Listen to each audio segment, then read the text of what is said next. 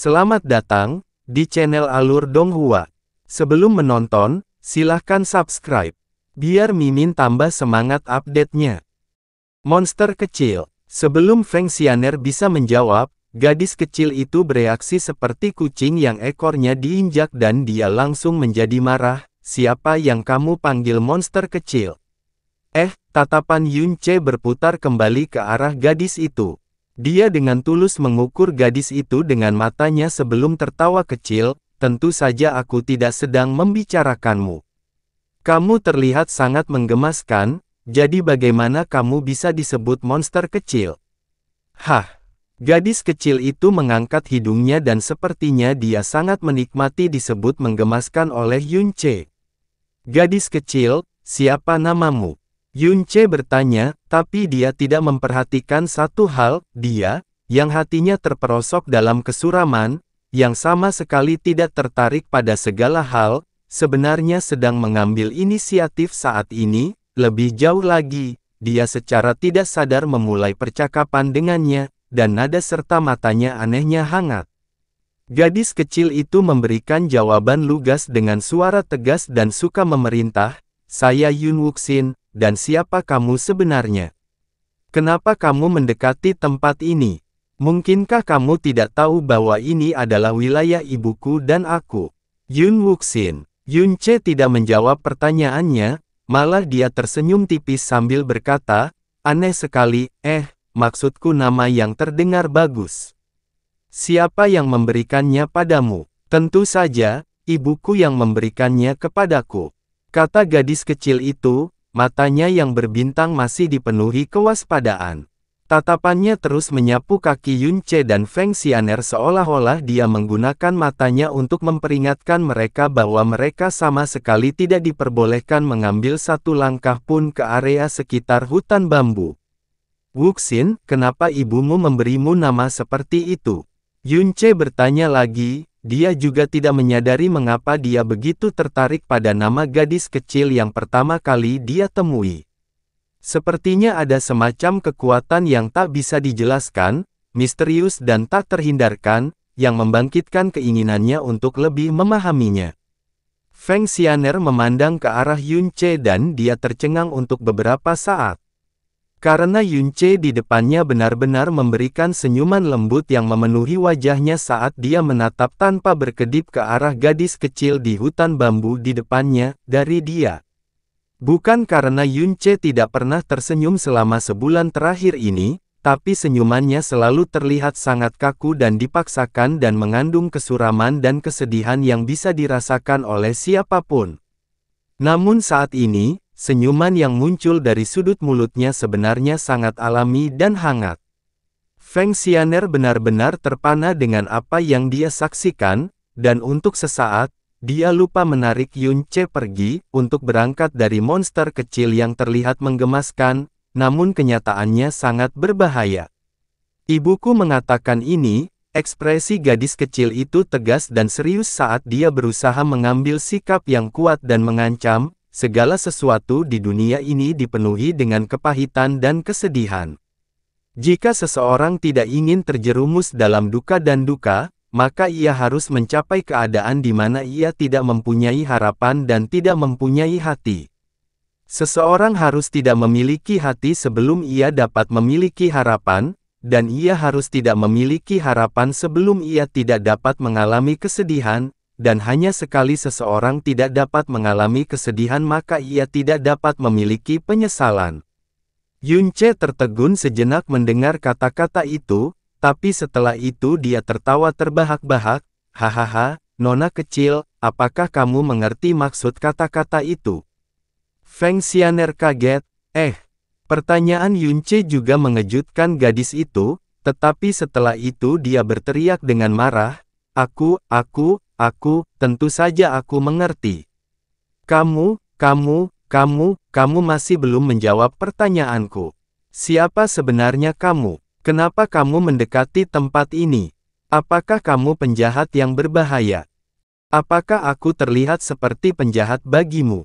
Yun Ce bertanya sambil tersenyum, tapi setelah itu, senyuman itu tiba-tiba menghilang dari wajahnya. Tunggu sebentar, nama belakangnya adalah Yun.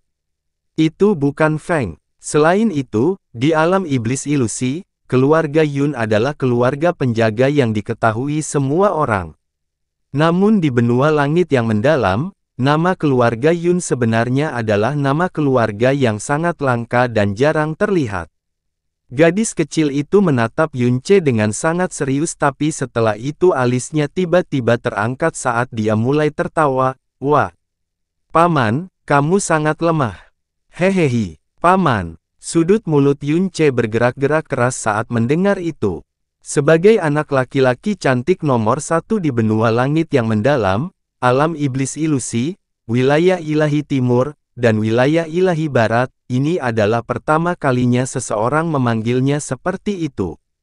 Dia segera menunjukkan ekspresi yang bahkan lebih marah dan marah daripada ekspresi gadis kecil itu, dan dia hampir mengertakkan gigi ketika dia berbicara, Paman.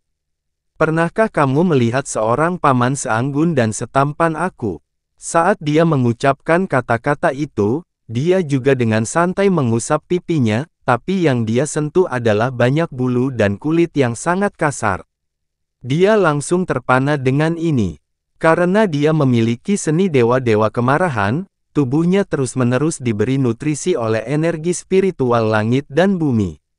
Meskipun setiap inci kulitnya sekuat dan tahan lama seperti baja surgawi, kulitnya juga putih, tanpa cacat, dan lembut saat disentuh dan tidak peduli seberapa parah lukanya, luka tersebut tidak akan meninggalkan satu bekas pun di kulitnya.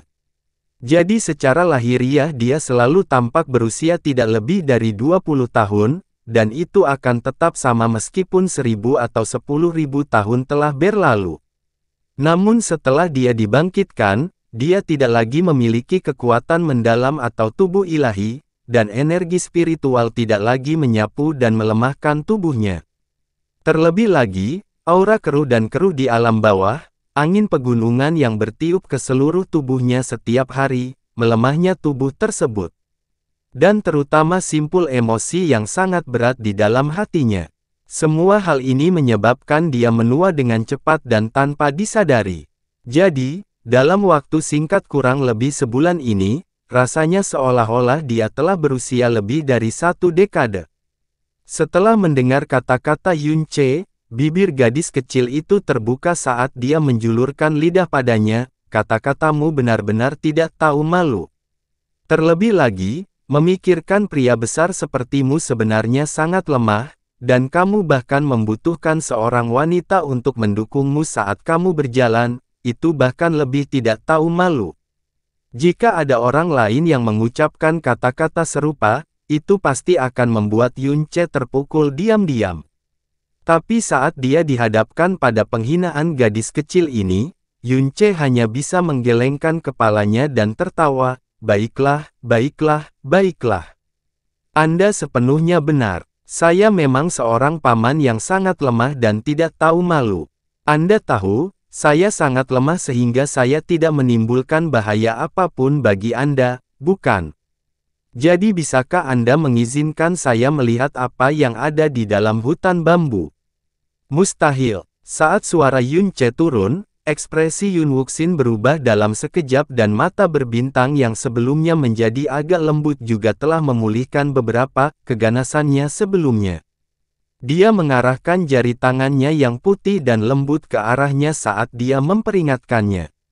Ini adalah wilayah ibuku dan aku, tidak ada yang diizinkan mendekatinya. Jika tidak, aku tidak akan bermain baik lagi. Saya memperingatkan Anda, jangan berpikir bahwa Anda dapat menindas saya karena saya masih muda, saya ingin Anda tahu bahwa saya sangat kuat. Kakak dermawan, Feng Xianer menarik Yunce dan jika Yunce masih memiliki indera ilahi, dia akan merasakan bahwa Feng Xianer telah melepaskan energinya yang dalam dan menggunakannya untuk melindunginya dari serangan yang akan datang. Lebih baik kita kembali, jika tidak, akan berbahaya. Yunce tersenyum tipis saat dia menatap gadis kecil itu, yang mencoba mengambil sikap suka memerintah dan sombong, tatapan dalam saat dia menyuarakan keraguannya, tentunya dia tidak bisa menjadi monster kecil yang kamu sebutkan, kan? Feng Xianer terdiam. Dia tidak mendengarkan kata-kata Feng Xianer saat jantungnya mulai berdebar tanpa alasan atau alasan. Sebaliknya, dia mengambil langkah terkecil ke depan saat dia menginjak tepi hutan bambu. Kamu tidak diperbolehkan datang ke sini. Satu langkah kecil inilah yang seolah menginjak tepat di hati gadis kecil itu. Dia mengeluarkan teriakan nyaring saat rambut panjangnya tiba-tiba menari. Pada saat itulah tanaman bambu di sampingnya mulai bergoyang hebat, seolah-olah ada angin kencang yang tiba-tiba bertiup melaluinya. Ah! Feng Xianer menjerit kaget saat dia buru-buru melangkah maju untuk berdiri di depan Yunce. Gerakan tanpa disadari inilah yang menyebabkan satu kakinya masuk ke dalam hutan bambu. Ekspresi Yun Wuxin sedikit berubah. Pada saat ini, lengannya yang putih dan lembut, yang masih belum sepenuhnya matang, tiba-tiba terdorong ke depan dalam apa yang disebut refleks terkondisi. Ledakan yang sangat dalam dan teredam terdengar di tanah yang tenang dan sunyi. Feng Xianer tidak mundur sama sekali karena semua energinya yang dalam dilepaskan dalam sekejap saat dia dengan keras memblokir serangan di depan Yunce. Selama ledakan yang dalam dan teredam, ruang di sekitar mereka jelas terdistorsi untuk sementara dan dia dan Yunce langsung terlempar ke belakang saat mereka didorong keluar dari hutan bambu. Oh, seluruh tubuh Yunce bergetar dan dia hampir muntah darah. Feng Xianer telah memeluknya ke tubuhnya dengan sangat bingung. Apakah kamu baik-baik saja? Apakah kamu terluka di suatu tempat? Pada saat ini, gadis yang secara refleks melakukan serangan kini menarik tangannya dengan agak bingung. Saat dia melihat Yunce, yang wajahnya jelas pucat pasi, kepanikan muncul di matanya. Dia buru-buru mengambil beberapa langkah ke depan. Lalu segera mundur lagi sambil berbicara dengan suara terbata-bata, apakah kamu baik-baik saja? Aku tidak melakukannya dengan sengaja, siapa memintamu untuk tidak mendengarkanku? Tangan Yunce menekan dadanya saat rasa sakit yang menyiksa menjalari dadanya, tapi dia tidak memperhatikannya. Matanya tertuju pada gadis kecil ini dan seolah-olah dia sedang melihat monster yang seharusnya tidak ada. Baru saja, jelas ada distorsi di ruang angkasa. Meskipun elemen spasial di bintang kutub biru tidak dapat dibandingkan dengan elemen spasial di alam dewa, elemen spasial tersebut juga tidak mudah terdistorsi.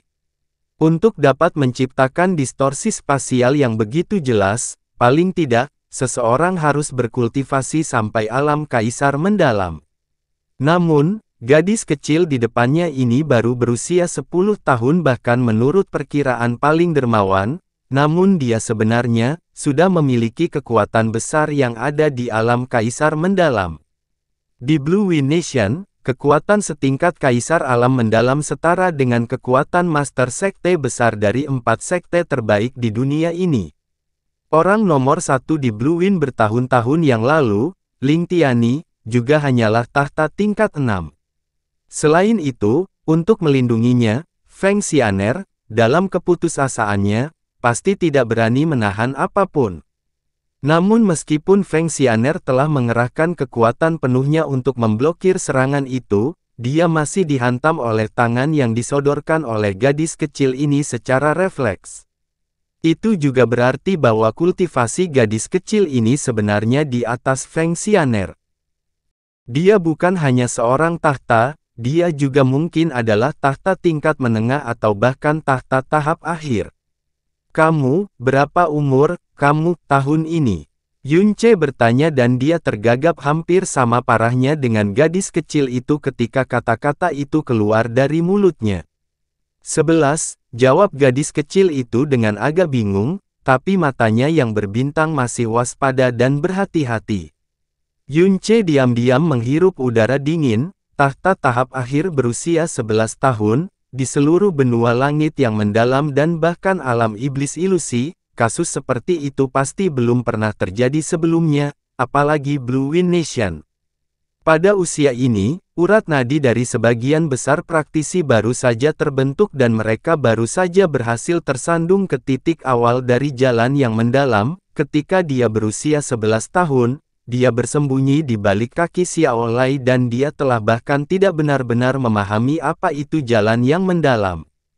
Tapi wanita kecil di depannya bisa membengkokkan ruang itu sendiri hanya dengan satu telapak tangan. Kapan monster kecil seperti itu muncul di benua langit yang mendalam? Monster kecil. Tidak heran Feng Xianer memanggilnya monster kecil. Bagaimana bisa dia hanya monster kecil? Setelah menyadari bahwa Yun Ce mungkin baik-baik saja, hati gadis kecil itu akhirnya bisa sedikit rileks tetapi ekspresinya menjadi sangat tegang. Paman, kamu benar-benar lemah. Sekarang kamu tahu betapa kuatnya aku, kan? Jika kamu takut sekarang, kamu harus cepat pergi. Jika tidak, saya benar-benar akan marah. Kakak dermawan, ayo pergi, kata Feng Xianer dengan suara mendesak. Serangan mendadak gadis kecil itu membuatnya merasa cemas dan takut. Gelombang besar melonjak di hati Yun Ce tapi dia tidak bertahan lebih jauh. Sebaliknya, dia hanya mengangguk pelan. Saat dia berbalik, dia menatap gadis kecil itu lagi. Untuk beberapa alasan yang aneh, perasaan tidak ingin berpisah darinya melonjak dalam hatinya. Aneh, kenapa jantungku berdebar kencang setiap kali aku melihatnya? Mungkinkah kekuatan mentalnya sangat kuat sementara kekuatan mentalku terlalu lemah? Saat dia menyaksikan dua orang itu pergi, Yun Wuxin menghela nafas lega, dan saat itulah sosok kecil dan halusnya menghilang ke dalam hutan bambu. Dalam sekejap, rumpun bambu bergoyang dan angin sepoi-sepoi mulai bertiup membawa serta suara dingin seorang wanita yang jernih namun lembut.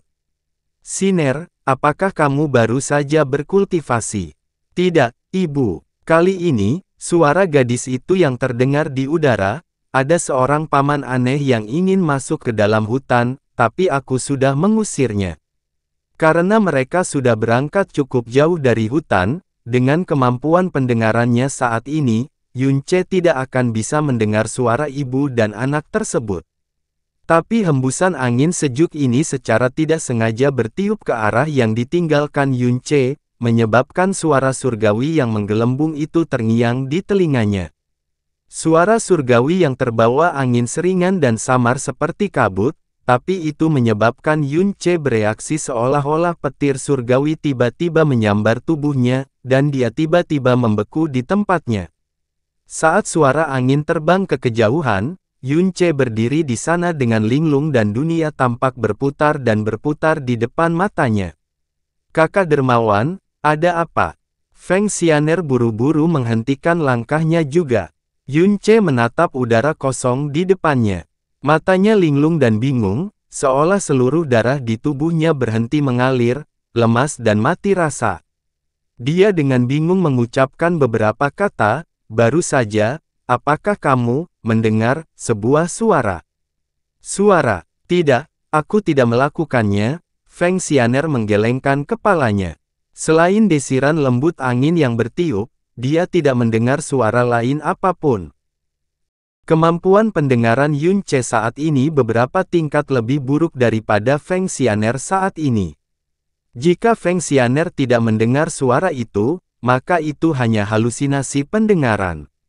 Tapi Yun Ce menggelengkan kepalanya, dia menggelengkan kepalanya begitu keras hingga dia gemetar.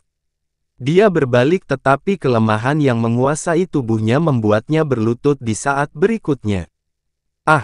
Kamu, apa yang terjadi padamu? Feng Xianer buru-buru membantunya berdiri, tapi dia juga benar-benar bingung dengan tindakannya. Tidak, itu suaranya, penglihatan Yun Ce berangsur-angsur menjadi semakin kabur saat darah melonjak dan mengalir ke seluruh tubuhnya. Meski sudah lebih dari 1 dekade sejak mereka dipisahkan selamanya oleh surga. Sosok dan suaranya yang seperti peri akan selalu terukir dalam di lubuk hati dan jiwa terdalamnya, tempat yang tidak akan pernah bisa disentuh, tempat yang berisi rasa sakit terdalam dan rasa bersalahnya. Ingatannya tentang wanita itu tidak akan redup bahkan sampai hari kematiannya. Bawa aku ke sana, bawa aku ke sana. Yunce mengulurkan tangan cakarnya ke arah gubuk bambu, namun kelemahan dan gemetar yang menguasai seluruh tubuhnya membuatnya sulit berdiri. Ah, baiklah. Ayo ke sana, kita ke sana sekarang juga. Feng Xianer bisa merasakan gemetarnya tubuh Yunce dengan sangat jelas. Warna merah tua yang tidak normal sekarang mewarnai kulitnya dan ekspresinya terlihat sangat bingung dan berantakan sehingga seolah-olah jiwanya telah tertusuk. Dia benar-benar ketakutan dengan ini dan dia dengan panik menganggukkan kepalanya sebagai tanda setuju. Dia tidak lagi peduli untuk memperingatkan Yunce tentang bahaya hutan bambu saat dia sekali lagi membawanya menuju tempat itu. Pada saat yang sama, dia mengedarkan energi yang dalam dan menggunakannya untuk melindungi tubuh Yunce dengan cara yang paling hati-hati dan teliti. Mereka terbang menuju hutan bambu, dan saat aura mereka mendekati batas hutan, mereka menyebabkan Yun Wuxin yang sangat waspada muncul dari hutan dengan suara swoosh. Saat melihat dua orang yang baru saja dia takuti untuk kembali, ekspresi wajah kecilnya berubah menjadi sangat ganas saat dia berteriak dengan suara yang jauh lebih keras dari sebelumnya, "Hei! Kenapa kalian berdua kembali? Segera pergi, jika tidak." Dia mengulurkan tangannya, "Jika kalian benar-benar tidak pergi, maka aku benar-benar akan mengirim kalian berdua terbang kali ini." Tatapan Yunce berputar liar seolah ingin menembus lapisan bambu. Pada saat ini, suara melamun terdengar lembut dari dalam hutan bambu, "Siner, kamu bicara dengan siapa?" Suara seperti peri itu terbawa angin, seringan dan hening seperti kabut. Saat itu juga, Yunce merasa seolah jiwanya meledak sekaligus. Dunia di depannya menjadi putih pucat dan semua darah di tubuhnya mengalir deras ke kepalanya. Dia berdiri diam di sana. Dia benar-benar berhenti bernapas, bahkan tidak bisa merasakan detak jantungnya sendiri. Dia bahkan tidak bisa merasakan keberadaan seluruh tubuhnya, seolah-olah dia tiba-tiba terjerumus ke dalam mimpi yang tidak nyata dan fantastik. Ah! Feng Xianer mendukungnya sekali lagi. Dia merasakan tubuh Yunce bersandar sepenuhnya pada dirinya sendiri. Tubuhnya gemetar dan matanya kehilangan cahaya, sepertinya dia tiba-tiba kehilangan seluruh jiwanya. "Peri, kecil," dia bergumam seolah-olah dia sedang tidur sambil berbicara sebelum dia lepas kendali dan mencoba untuk menerjang ke depan. "Peri kecil, apakah itu kamu? Apakah itu kamu, peri kecil?" Bentuk sapaan yang hanya dia gunakan, sosok seperti peri yang dia pikir tidak akan pernah bisa dia lihat lagi. Sosok seperti peri itulah satu-satunya hal yang bisa membuatnya merasa bersalah seumur hidup. Reaksi Yunce yang terlalu intens dan ratapannya yang tak terkendali tidak hanya membuat Feng Xianer takut, tapi juga membuat Yun Wuxing ketakutan. Matanya melebar dan ekspresinya menjadi beberapa derajat lebih cemas. Ada apa dengan dia? Itu tidak ada hubungannya denganku, kan? Feng Xianer dengan bingung menatap Yunce. Dia juga tidak bisa menjawab pertanyaan itu. Hutan bambu itu sedikit terbelah dan sesosok tubuh perlahan muncul dari tengah-tengah hutan bambu. Langkah kakinya sangat ringan dan lembut. Seolah-olah dia sedang menginjak awan atau seolah-olah dia sedang berjalan dalam mimpi, dan dia masih mengenakan jubah putih yang paling dia sukai, jubah yang terlihat semurni salju, tanpa cacat seperti batu giok mutiara. Aura dan wataknya masih seperti dulu, kehadirannya tampak berkabut dan terang, seolah-olah dia telah melampaui dunia duniawi ini, seolah-olah dia adalah makhluk surgawi atau mimpi, seolah-olah dia adalah seikat kembang api, yang belum pernah ternoda oleh alam fana. Hanya saja dia menjadi jauh lebih kurus dan lemah dibandingkan sebelumnya dan sepertinya dia hampir tidak bisa menahan angin dingin yang bertiup melalui hutan bambu. Sama seperti Yunce, tidak ada satu pun jejak aura mendalam yang terpancar dari tubuhnya. Tapi dibandingkan dengan penampilan Yunce yang menua dengan cepat, yang disebabkan oleh kesuraman dan depresi yang menyelimuti hati dan jiwanya, sepertinya surga lebih memihak padanya. Sekalipun seluruh kekuatannya hilang, waktu dan kehidupan yang sulit tidak meninggalkan bekas apapun di wajahnya. Dia hanya berdiri diam di sana, namun semua kilau cemerlang antara langit dan bumi tertarik padanya. Chu Yue-chan. Dia menatap Yun-che menatapnya dan saat tatapan mereka bertemu, sepertinya dunia tiba-tiba membeku di tempatnya.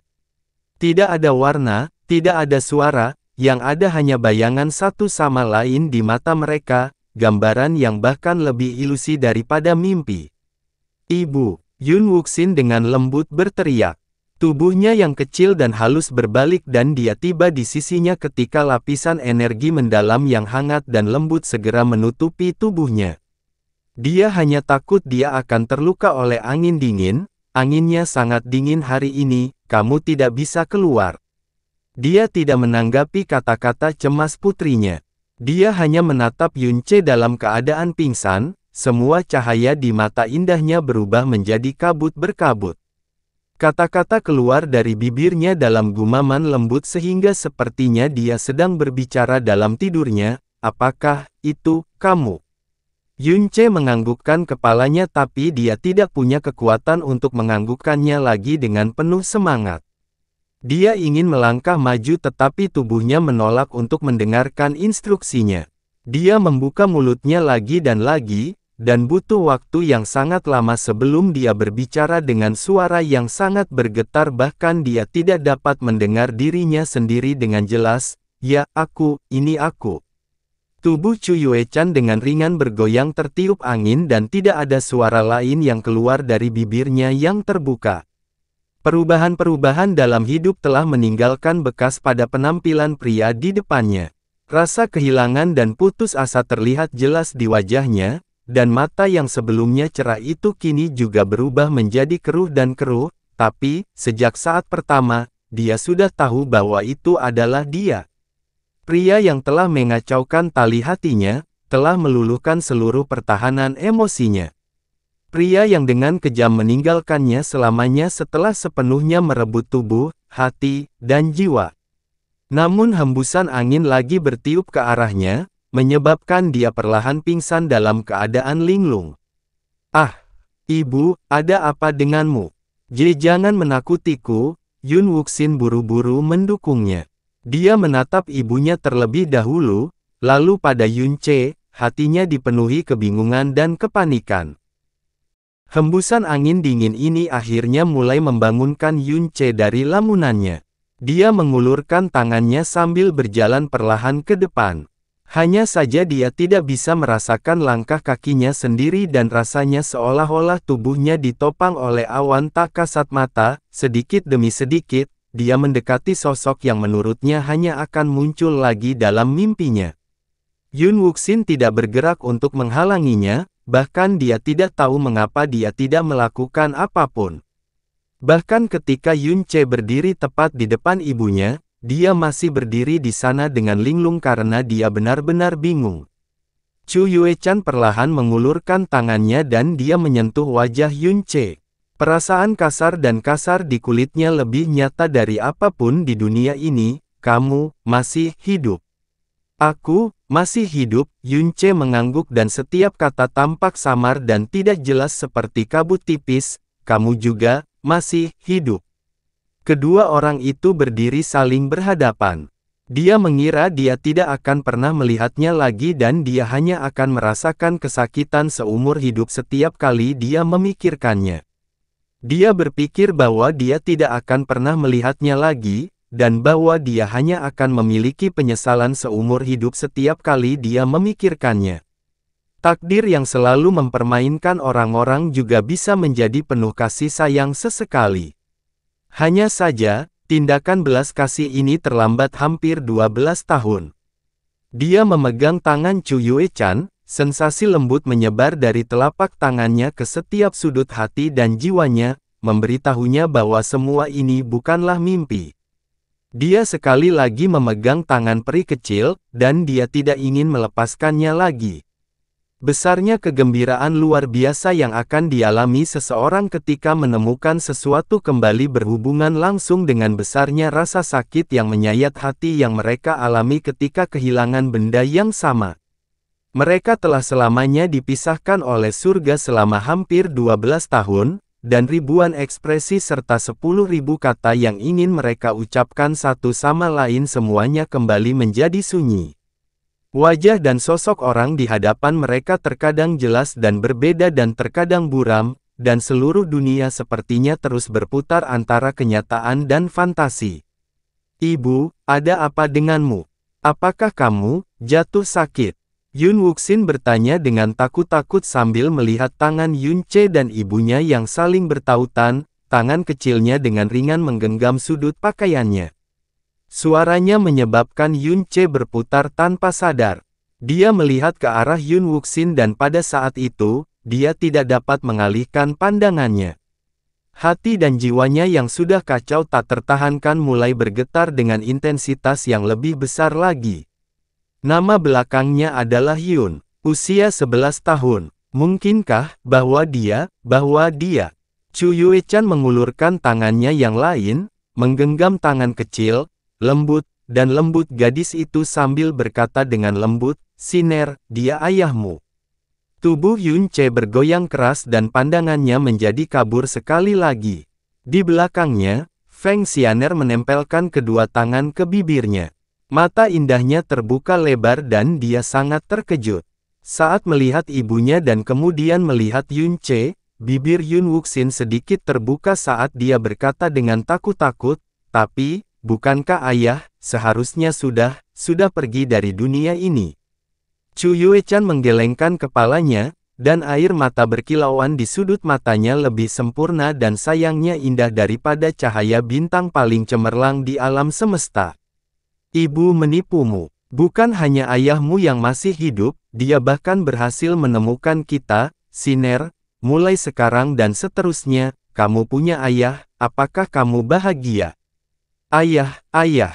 Bibir Yun Wuxin tetap terbuka saat dia menatap Yun Che dengan bodoh, matanya begitu kabur seolah-olah tertutup oleh lapisan kabut encer yang tidak bisa dihilangkan. "Wuxin, putriku," saat dia menatap gadis yang berada tepat di depannya, gadis yang memiliki hubungan darah dengannya, kekacauan di hati Yun Che telah mencapai batasnya. Dia mengulurkan tangan gemetar untuk menyentuh Yun Wuxin, putrinya, kelanjutan hidupnya. Yun Wuxin tidak mengelak, tapi tangannya berhenti di udara sebelum ditarik kembali dengan takut-takut. Dia tidak berani menyentuhnya, seolah dia takut jari-jarinya yang kasar dan kotor akan menodai wajah mulus dan lembutnya. Dia takut dia tidak mau menerima ayah paling tidak berguna di dunia ini. Dan dia bahkan lebih takut semua ini tiba-tiba pecah dan meletus seperti gelembung. "Apakah kamu benar-benar ayahku?" Suara kekanak-kanakan terdengar di telinganya. Dia menatapnya dengan sangat serius dan dia belum pernah melihat sepasang mata seindah ini seumur hidupnya. Mereka melampaui semua pemandangan indah yang pernah dilihatnya dalam hidupnya, melampaui semua bintang di langit. Dia menganggukkan kepalanya tapi dia terlalu malu untuk mengakuinya. Ibu dan anak perempuan ini telah sendirian selama 12 tahun, dia tidak menyaksikan kelahirannya, tidak menemaninya saat dia tumbuh dewasa.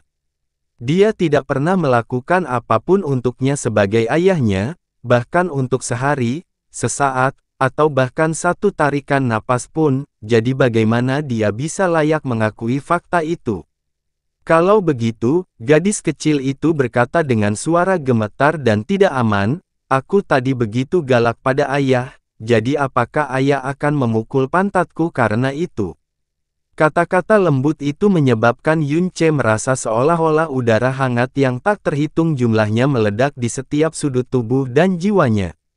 Dunianya menjadi sangat buram dan tubuhnya mencondongkan tubuh ke depan sambil gemetar saat dia memeluk putrinya sendiri. Saat dia memeluknya erat-erat, air matanya langsung keluar seperti air dari bendungan yang jebol, menenggelamkan semua suara dan pikiran, dan dalam sekejap, bahu gadis kecil yang tampak ringkih dan lemah itu menjadi basah kuyup sepenuhnya. Ayah, sebenarnya cengeng, Yun Wuxin dengan lembut bergumam pada dirinya sendiri ketika dia berbaring di pelukan ayahnya dan sebelum dia menyadarinya, air mata yang berkilau dan bening juga mulai mengalir tanpa suara di wajahnya.